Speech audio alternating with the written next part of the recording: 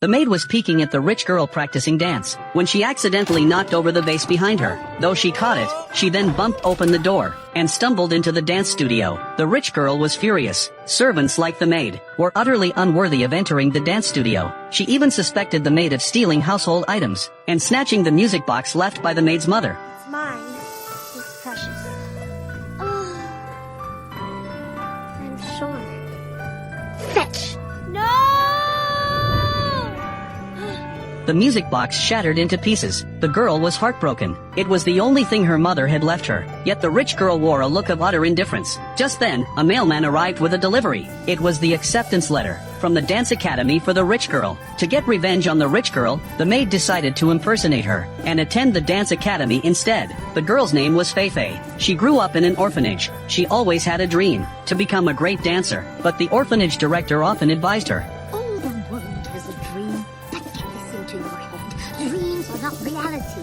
Dreams are buried because life is hard, brutal, and without pity." Felicie paid no heed to the words. With her childhood friend Victor's help, she escaped the orphanage. Along the way, her music box broke. Victor thoughtfully fixed it for her. After a long journey, they finally arrived in Paris, but Victor accidentally fell from the bridge. Fortunately, a boat caught him. Felicie wandered the streets alone, unintentionally arriving at the Paris Opera House. This was every dancer's paradise. Felicie found herself drawn inside. There she witnessed true dancers. Solid technique paired with breathtaking grace. Like a real swan gliding through the air, Felicie was utterly captivated, instinctively reaching out her arms. Just then, the security guard suddenly appeared. You came here to steal, didn't you? Answer me! You're a thief! Felicie desperately explained. She was merely watching the dancers perform, but the guard refused to listen, and even tried to strike her. Just then, a disabled maid appeared in time, ordering the guard to release the girl, or she would report him to the director for negligence that allowed thieves into the theater. Hearing this, the guard had no choice but to let her go. Yet Felicie, newly arrived in Paris, had nowhere to go, and could only sneak behind the maid Odette. Seeing her good intentions, Odette brought her to work in a wealthy household. Thus Felicie found lodging. Though she endured daily humiliation from the rich family, the chance to secretly learn dance made her silently endure it all, until the music box her mother left her was smashed. Felicie resolved to impersonate a wealthy girl to enter the dance academy. She deceived the academy's principal and slipped into the ballet tutu she'd always dreamed of. But Felicie, with no dance training whatsoever, made a complete fool of herself, unable even to master the most basic stance. While others leapt with grace and lightness, she alone stumbled clumsily, while others danced in perfect unison. Only she couldn't keep the beat. Witnessing this, the instructor publicly reprimanded her. "No matter how wealthy your family, here, only talent matters." He then announced to all students that one would be eliminated daily. The final winner would star in his new stage production. Everyone worked tirelessly after hearing this, yet Felicie's performance remained the worst. Clearly, she was about to be eliminated, until she discovered a classmate stuck in a split. Thus, Felicie luckily remained, but she knew without real talent, elimination was inevitable. Then Felicie was discovered by Odette, who worked at the theater. Odette took the girl in, but Felicie impersonated the wealthy girl. Racked with guilt, Felicie apologized to Odette. She tried to return the letter and confess her mistake, but Odette stopped her. Felicie's passion for dance stirred memories within Odette. She was once the finest dancer in the opera house, but an accident left her permanently disabled, forcing her to bid farewell to her performing career. That's why she wanted to help Felicie become a true dancer. Training starts at 5 a.m. tomorrow. Are you a teacher? Do you have another option? Early the next morning, they began their training. Odette had Felicie jump up to touch the bell, without splashing water upon landing. This was nearly impossible for anyone to achieve. No matter how many times she tried, the result remained the same. Felicie felt discouraged, but a feather caught her attention. She instantly understood. A dancer must be as light as a feather. Felicie tried again, and unexpectedly succeeded. Odette nodded with satisfaction. Today's dance class saw Felicie pass with flying colors. No longer was she the one being eliminated. Under Odette's guidance, Felicie progressed rapidly. Each day she stood on a wooden barrel, balancing on her toes to hang clothes. When cleaning windows, she had to lift her feet above her head. To train her balance, she spun in circles daily on a wheel, holding 2 cups of water in her hands. Fall after fall, she tried again and again. Felicie finally mastered the training. Cheers. Cheers. One by one, her classmates were eliminated. Everything was moving in the right direction. She and Victor went to the bar to celebrate, and couldn't help but start dancing to the music. Her graceful moves were spotted by her instructor, who gradually began to see her in a new light. But she never imagined that the next day at the academy, the rich girl and her mother publicly exposed her true identity. Stole my life, my honor, and my want it back! With no other choice, Felicity had to confess everything, but her passion for dance and her hard work had not gone unnoticed by her mentor, so he decided to let the two girls compete fairly. If Felicity won, she would get the role in the new play. If she lost, she would be sent back to the orphanage. Then, Felicity Lepar from Brittany, your future at the opera is in your hands.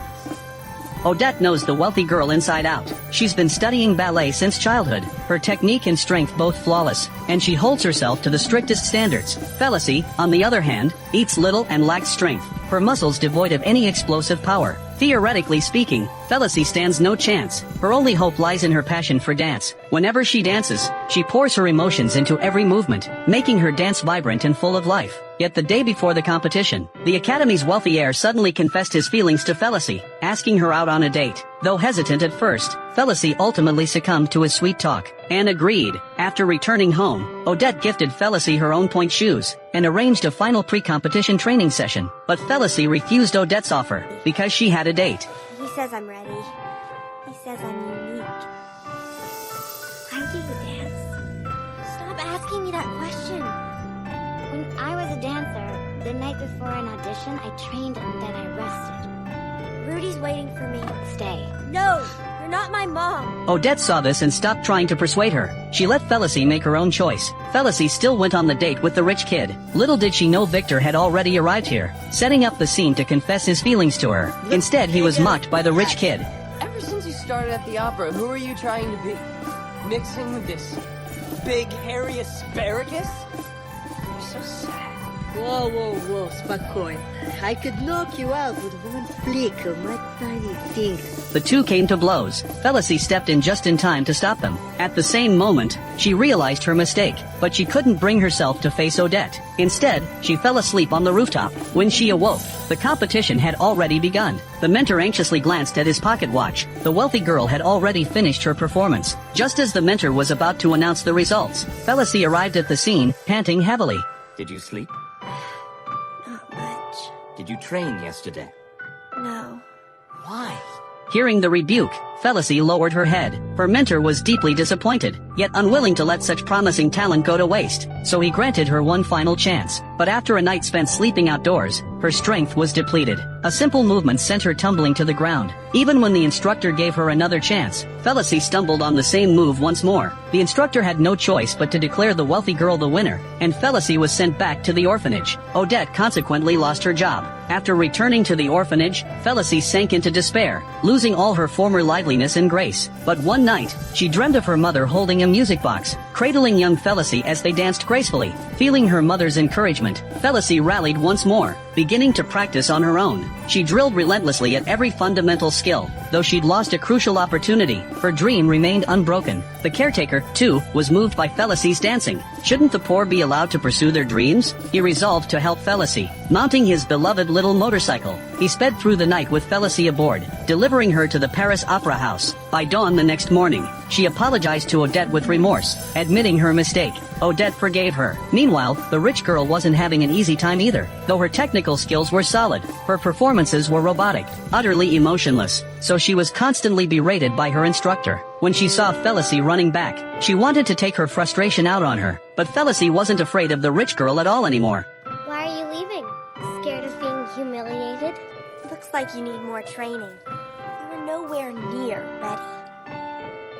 Thus began the showdown between two top dancers. Their duel instantly drew a crowd of classmates. Oh my god.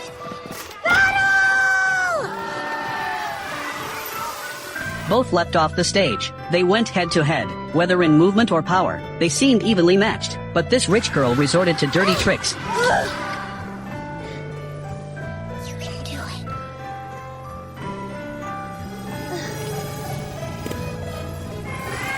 This time, she challenged the rich girl to the most difficult move. The rich girl followed closely behind, but chickened out at the last moment. Felicity leapt into the air, executing a flawless grand jump. The rich girl looked stunned, while Felicity landed perfectly. Cheers erupted from the crowd. The rich girl conceded Felicity had won, shaking hands in truce. But the rich girl's mother went berserk, chasing Felicity with a hammer. Fortunately, at the critical moment, Victor reappeared, rescuing Felicity with his hang glider. By evening, the performance was about to begin. Let's set Paris on fire. Felicie finally took the stage, alongside her favorite dancer. This was Felicie's first performance, and the beginning of her dream.